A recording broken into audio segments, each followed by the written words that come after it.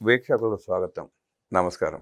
గత 4 రోజులుగా యూట్యూబ్లో ప్రసార మాధ్యమాల్లో కోవా బన్ వ్యవహారం ఎలా హల్చల్ చేస్తుందో చూసాం. యూట్యూబర్లు, ప్రసార మాధ్యమాలు ఒక సామాన్యుడు తన బ్రతుకుదారి కోసం కోవా బన్ తయారు చేసి అమ్ముకుని జీవించే పరిస్థితిలో అతన్ని ఎలా అవహేళన చేసి ఎలా ఇబ్బంది పెట్టే ప్రయత్నం చేశారో కూడా చూసాం. టీటీడీ మహాప్రసాదంలో కల్తీ జరిగితే ఒక్కడు కూడా స్పందించకుండా, ఒక్కడు కూడా నిలదీయకుండా సామాన్యుడి మీద తమ ప్రతాపం చూసే ప్రయత్నాన్ని విశ్లేషించడానికి, అలాగే నారా లోకేష్ గారు ఆ కోవా బన్ తయారు చేసుకునే వలిని అతనికి అండగా ఉంటూ అతని కోవా బన్ తినాలి అని ఉంది, నేను త్వరలో అతన్ని కలుస్తానంటూ ట్వీట్ చేయడాన్ని విశ్లేషించడానికి మనతో పాటు ఉన్నారు సోషల్ యాక్టివిస్ట్ శ్రీలీల గారు. వారిని అడిగి మరిన్ని విశేషాలు తీసుకుంటాం. నమస్తే మేడం. నమస్తే. వైఎస్ఆర్ కాంగ్రెస్ పార్టీ చేసిన దుర్మార్గాన్ని, కల్తీ వ్యవహారాన్ని ప్రశ్నించని యూట్యూబర్లు, సోషల్ మీడియా ఇన్ఫ్లుయెన్సర్లు కోవా బన్ తయారు చేసుకుని తమ కుటుంబం పొట్ట నింపుకునే సామాన్యుడు, అతి సామాన్యుడు వలి అతని మీద విరుచుకుపడటాన్ని, అతన్ని అల్లరి చేయడాన్ని ఎట్లా చూస్తారు? అలాగే లోకేష్ గారి ట్వీట్ని ఎట్లా చూస్తారు? ఇక్కడ ఫస్ట్ ఏదైతే ఈ యూట్యూబ్ ఛానల్స్ వలి గారి విషయంలో ఎలా వివక్ష చూపించాయి, ఏ విధంగా అతని పొట్ట మీద కొట్టారు వీళ్ళు ఖచ్చితంగా చెప్పాలంటే.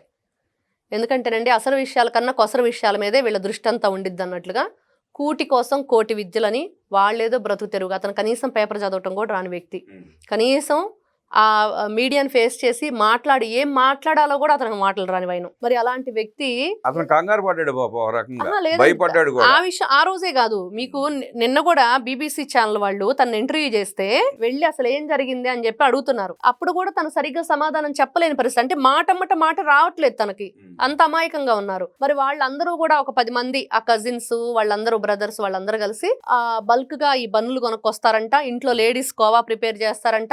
ఎక్కడైతే ఈ రద్దీ ప్రదేశాలు కానివ్వండి, బాగా పిల్లలు ఇష్టంగా తింటారో ఆ ప్లేసెస్ కి వెళ్ళి వీళ్ళు అమ్ముకుంటారు. వీళ్ళది వచ్చేసి ఆత్మకూరు దగ్గర ఏదో విలేజ్. వాళ్ళ జీవనోపాధి అదే. చాలా సంవత్సరాలుగా మన నైబర్స్ అందరూ కూడా వీడియోలో మాట్లాడారు. తర్వాత వీళ్ళు ఇంటికి వెళ్ళిన తర్వాత అక్కడ ఉన్న చిన్నపిల్లలు కానివ్వండి వాళ్ళందరూ కూడా ఎన్నో సంవత్సరాలుగా వీళ్ళు తయారు చేస్తున్నారని చెప్పారు. కానీ ఇక్కడ అంతకంటే దురదృష్టకరం ఏంటంటే, మన భారతదేశంలో మనం ఎంతో గొప్పగా చెప్పుకునే మన సంస్కృతి ఏదైతే ఉందో, భిన్నత్వంలో ఏకత్వం, మతాలన్నీ ఒక్కటే, మత సామరస్యతని మనం ఏ విధంగా చాటుకుంటాం, ఎంత గొప్పగా హిందూ ముస్లిం బాయ్ అని చెప్పుకుంటాం, అలాంటి గొప్ప మాటల్ని వీళ్ళు నిన్న సమ్మక్క సారమ్మ ఏదైతే జాతర ఉందో మేడారంలో, మరి అక్కడ ముస్లింగా నీకేం పని అని చెప్పి క్వశ్చన్ చేయటం. అక్కడ చాలా మంది జీవనం పొందుతూ ఉంటారు. ఏ జాతర అయినా, ఏ పండగ అయినా చాలా మంది ముస్లింలు, క్రైస్తవులు వ్యాపారాలు చేసుకుంటారు. దాని ద్వారా వాళ్ళ జీవన భృతి కొనసాగుతూ ఉంటుంది. దానికి అబ్జెక్ట్ చేయాల్సిన అవసరం ఉంది. వాళ్ళు ఏ విధంగా మరి ఎందుకు ఈ రోజున తిరుమల తిరుపతి దేవస్థానంలో కోట్ల లడ్డూలు తయారు చేసి, మరి ఏ సింథటిక్ ఘీ అది ఇప్పుడు ఈ రోజున ఇతను దాంట్లో కల్తీ ఉందని చెప్పేసి ఏ రిపోర్టు లేదు. కానీ ఈ రోజున ఎంత పెద్ద రిపోర్ట్ ఉందండి తిరుమల తిరుపతి లడ్డు విషయంలో, ఎంత పెద్ద రిపోర్టు, ఎన్ని ల్యాబులు, ఎన్ని విధాలుగా టెస్టులు చేసి NDDB కానివ్వండి ఇవన్నీ కూడా. మరి ఏం చెప్పారు? దాంట్లో నెయ్యే లేదని చెప్పారు, వెన్నే లేదు, అసలు పాల ఉత్పత్తులే లేని దానికి వీళ్ళు డీల్ ఇచ్చారని చెప్పారు.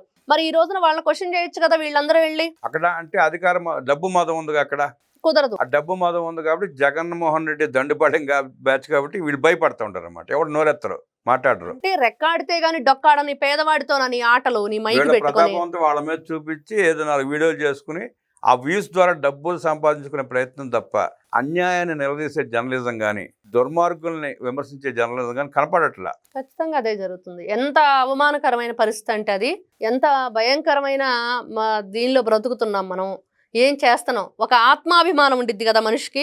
మనం ఏం చేస్తున్నాము, ఎవరిని టార్గెట్ చేసాము, ఎవరి ముందు మైక్ పెట్టాము, ఎవరి ముందు కెమెరా పెట్టామనేది అది పక్కన పెడితే, మరి నారా లోకేష్ గారు ఏ విధంగా స్పందించారు, ఒక మానవతా దృక్పథంతో, మరి అదే విధంగా ఒక హ్యూమన్ వాల్యూ, మనిషిని మనం సాటి మనిషిగా, ఇక్కడ మినిస్టరా, మంత్రా, లేకపోతే ఇంకొకరా, సీఎం కొడుక ఎన్ని పక్కన పెడితే, ఒక మనిషిగా సాటి మనిషికి అక్కడ ఎవరండి వలి అనే వ్యక్తి ఎంత అవమానపడ్డాడు. అక్కడ వ్యక్తి అసలు ఎవరికి తెలియని వ్యక్తి. మరి అన్నా అని సంబోధించారు నారా లోకేష్ గారు.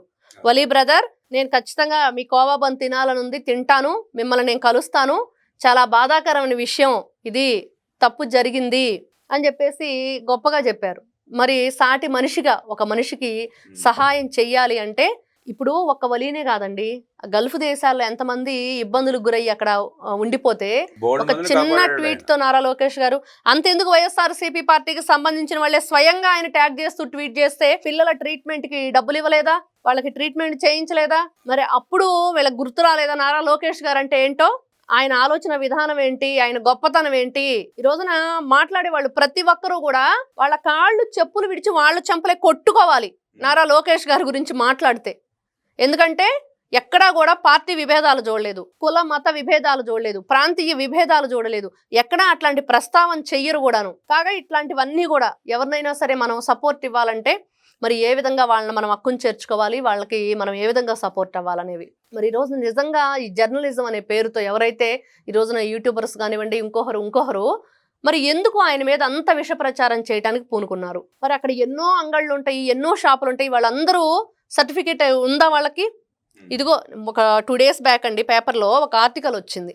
ఏంటి అంటే భారతదేశ వ్యాప్తంగా కూడా పెళ్ళిళ్ళు కానివ్వండి, హాస్టల్స్ కానివ్వండి, లేకపోతే ఈ ఏదైతే మన హోటల్స్ కానివ్వండి, అన్ని చోట్ల కూడా అధికారులు లంచాలకు అలవాటు పడి సరైన క్వాలిటీ ఫుడ్ తయారీ ఉన్నా లేకపోయినా వాళ్ళని పట్టించుకోకుండా వదిలేయటం వల్ల ఎంతో మంది అనారోగ్య పాలయ్యారని. మరి వాళ్ళ గురించి చేయకపోయారా వీళ్ళంతా? చేయరు, అక్కడ భయం. మళ్ళీ వాళ్ళ గురించి మాట్లాడకపోయారా? ఇదిగో ఇక్కడ క్వాలిటీ లేదు, ఇదిగో ఇట్లాంటి ఏదో మేక అని చెప్పి కుక్కను అమ్ముతున్నాడనో, కోడి అని చెప్పి ఇంకోటి అమ్ముతున్నాడని చెప్పొచ్చు కదా. మరి ఇవన్నీ కూడా క్వశ్చన్ చేయలేనప్పుడు మీకు ఈ సాటి ఇట్లాంటి సామాన్యుడిని క్వశ్చన్ చేసే హక్కు మీకు ఎక్కడి నుంచి వచ్చింది? దాంట్లో పురుగులు ఉన్నాయనో ఇంకోటనో.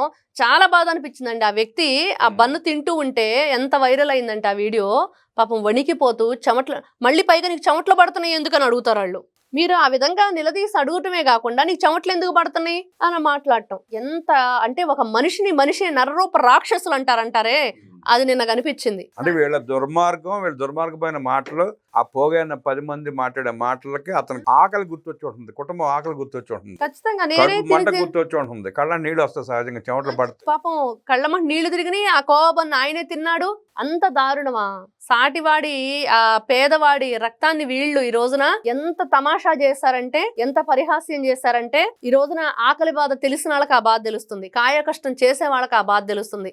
మనం కూడా వ్యవసాయ కుటుంబం నుంచి వచ్చిన వాళ్ళం, మనకు తెలుసు ఆ ఎండలో పని చేసేటప్పుడు ఏదైనా ఒక పండించాలి అంటే మరి ఎంత కష్టపడితే రైతు మరి ఆ పంట అక్కడ చేరుతుంది, తర్వాత అయినా సరే దానివల్ల లాభం ఉంటుందా? మన వాళ్ళు కూడా ఆ కోవా పనులన్నీ ఈ వీడియో అందరూ చూశారని చెప్పేసి ఎక్కడికి వెళ్ళి అమ్మినా కూడా ఏం అడుగుతారని భయంతో మొత్తం పడేశారంట. నిన్న BBC ఛానల్కి చెప్తున్నారు వాళ్ళు. అతనికైతే అసలు చదివే లేదు, పక్కన వాళ్ళ కజిన్ బ్రదర్ 4th క్లాస్ వరకు చదువుకున్నాడంట. వాళ్ళకి ఏ జ్ఞానం లేదు. అంటే ఆ తయారు చేసుకోవటం అమ్ముకోవటం తప్పించి సామాన్యుడి మీద ఆ కోవబ్బన్ అమ్ముకుంటే గాని ఆ కుటుంబం పొట్ట నిండని పరిస్థితిలో అతను వచ్చి వ్యాపారం చేసుకుంటా ఉంటే మనిషి రూపంలో ఉన్న రాక్షసులు అతను వేటాడి ఎలా హింసించారో ఆ హింసని తట్టుకోలేక అతను పారిపోతే ఆ వ్యక్తికి అండగా నిలబడిన నారా లోకేష్ ఒక ట్వీట్ తో అతనికి ధైర్యాన్ని నింపి వచ్చి కలుస్తానని చెప్పడాన్ని మానవతా దృక్పథంతో చూడాలి తప్ప పేటీఎం గాళ్లు చేస్తున్న అవాకులు చవాకుల మీద విరుచుకుపడి ఖండిస్తూ విశ్లేషించిన శ్రీలీల గారికి ధన్యవాదాలు తెలియజేస్తూ నమస్కారం.